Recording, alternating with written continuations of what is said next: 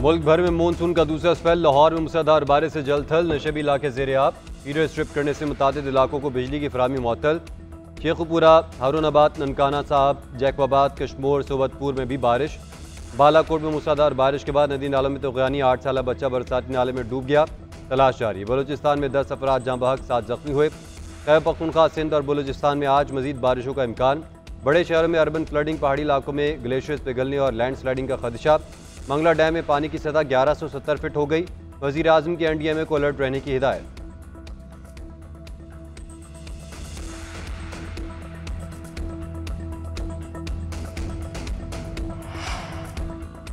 Israel गजा के जेर कब्जा इलाके खाली करने पर आमादा। वज़ीर दिफा इसराइल कार्टर्स का कहना है गजा में हमास के साथ 60 रोज़ा जंग बंदी हो जाएगी। गजा के 75% इलाके खाली कर देंगे।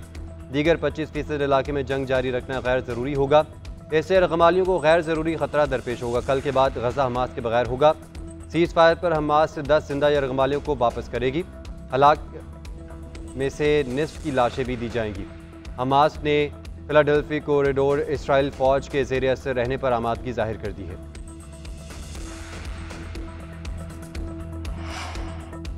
अमरीकी सदर और इसराइली वज़ीर आज़म के दरमियान मुलाकात। डोनाल्ड ट्रंप ने कहा हमास गजा में जंग बंदी चाहती है। 2 रियासती हल का सवाल नेतन्याहू से पूछें।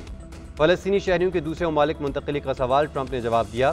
इसराइल के पड़ोसी ताउन कर रहे हैं। इसराइल के साथ मिलकर कई कामयाबियाँ हासिल की। ईरान की 3 जोहरी तनसीबात को तबाह किया।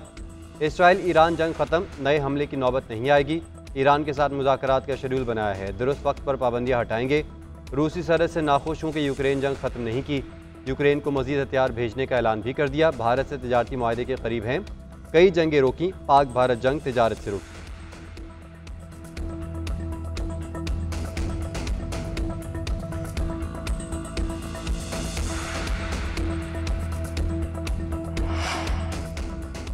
नेतन्याहू की आज़ाद फ़लस्तीनी रियासत के क़याम की मुखालफत। कहा फ़लस्तीनी रियासत इसराइल की तबाही का प्लेटफॉर्म होगी। इसराइल की तबाही ना चाहने वालों से अमन कायम करेंगे। सिक्योरिटी खुद मुख्तारी हमेशा इसराइल के पास रहनी चाहिए।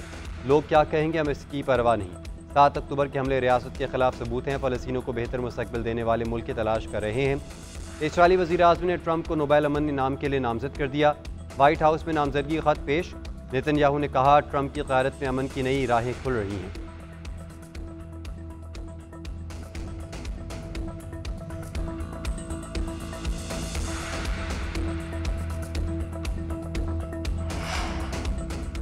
इसराइल और हमास के दरमियान मुज़ाकरात का तीसरा दौर। कतर में फ़रीक़ैन के दरमियान मुआहदे की कोशिशों के लिए बिलवास्ता बातचीत। इसराइली मीडिया के मुताबिक पहले 2 अदवार में कोई बड़ी पेशरफ़्त ना हो सकी। फ़रीक़ैन मुआहदे के लिए अब भी पुरुम्मीद है।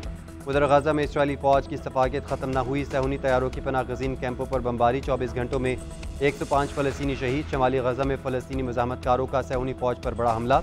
5 इसराइली फ़ौजी हलाक, 10 ज़ख्मी।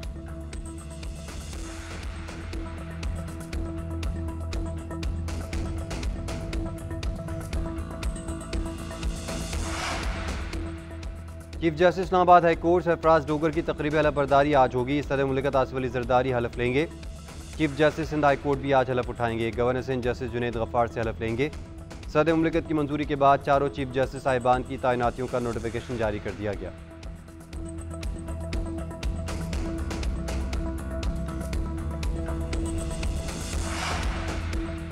भारत ऑपरेशन सिंदूर में मुकर्ररा फौजी अहदाफ हासिल करने में नाकाम रहा। पाकिस्तान पर बैरूनी हिमायत जैसे इल्ज़ामात गैर ज़िम्मेदाराना और हक़ाइक़ के मुनाफी हैं।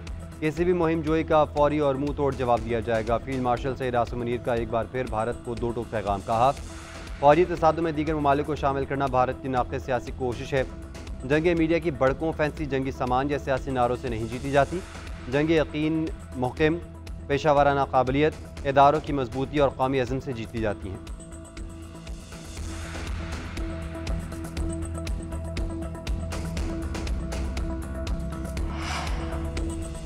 अफगान सरजमीन पाकिस्तान के खिलाफ दहशतगर्दी के लिए इस्तेमाल हो रही है। अफगानिस्तान से जन्म लेने वाली दहशतगर्दी पाकिस्तान के लिए ख़तरा है। अक़वाम मुत्तहिदा की जनरल असम्बली से पाकिस्तान के मुस्तक़िल मंदूब आसिम इफ्तिखार का खिताब। कहा यकीनी बनाना होगा कि अफगानिस्तान एक बार फिर दहशतगर्दों की महफूज पनाहगाह न बने। अफगानिस्तान को पुरअमन, तरक्की याफ्ता और दहशतगर्दी से पाक मुल्क बनना होगा। हालात बिगड़े तो एक और मुहाजिरीन का बहरान जन्म ले सकता है। अक़वाम मुत्तहिदा अफगान हुकाम के साथ मुतफ़िक़ा रोड मैप के साथ आगे बढ़े। पाकिस्तान अफगानिस्तान में पायदार अमन और इस्तेहकाम के लिए तामीरी किरदार अदा करता रहेगा।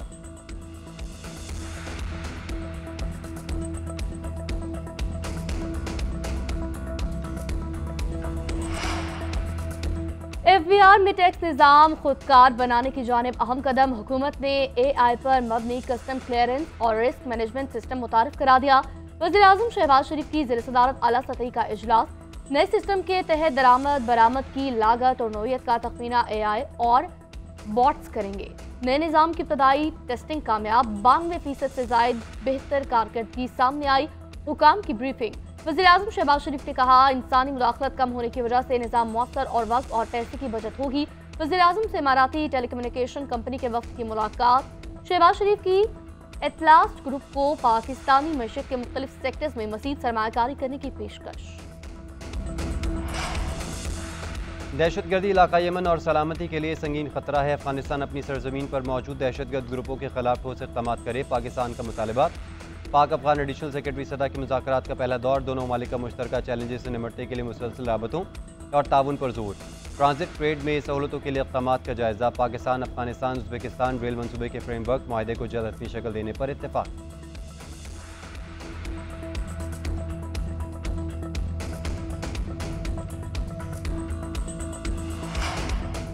छब्बीस अरकान पंजाब असम्बली की मौतली पर नून लीग में तकसीम। स्पीकर पंजाब असम्बली एतराज करने वालों पर बरहम। कहा, क्या इन लोगों का दिमाग काम कर रहा है कि जो मेरे रेफरेंस पर एतराज कर रहे हैं? वज़ीर-ए-आज़म को गलत बयानी पर नाअहल किया जा सकता है तो ऐवान को तमाशा बनाने वालों को क्यों नहीं? मेरी रूलिंग के बारे में बहुत कुछ कहा और लिखा गया। सलमान अकरम राजा अपोजिशन लीडर के साथ बैठकर बोले, स्पीकर को रेफरेंस भेजने का इख्तियार नहीं। पनामा केस में आसिफ सईद खोसा के फैसले ने स्पीकर को नाअहली का इख्तियार दिया। आइन मैंने नहीं लिखा, मैं तो खुद 62-63 का मुखालिफ हूँ। चाहे तो उन्हें निकाल कर फेंक दें या नहीं, हो सकता कि आइन की दफात का मनपसंद इस्तेमाल किया जाए। थाने अलियारी में 27 संवाद के बाद हुकूमत का action. DG Sindh building control authority साग खोड़ो को ओहदे से हटा दिया गया। शामिर भुट्टो इदारे के नए सरबराह मुकर्रर। लियारी में तैनात तमाम SPC अफसरान भी मुअत्तल। गफलत के मुर्तकब तमाम अफसरान के खिलाफ मुकदमा दर्ज करवाने का हुक्म। जांबाक अफराद के लवाहिकीन को 10-10 लाख रुपये फीकस मुआवजा देने का फैसला।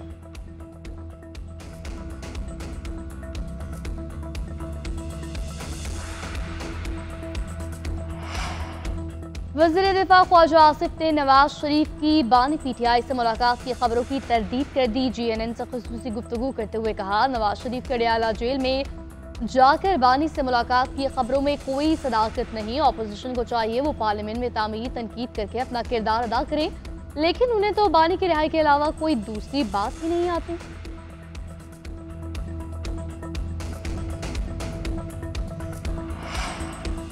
अमरीकी रियासत टेक्सास में तूफानी बारिशें और सैलाब। मुख्तलिफ हादसात में 28 बच्चों समेत 104 अफराद हलाक।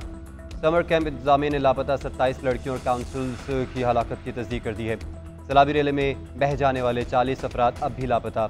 अमरीकी सदर ने सैलाब से मुतासरा रियासत टेक्सास की केयर काउंटी को आफत ज़दा करार दे दिया।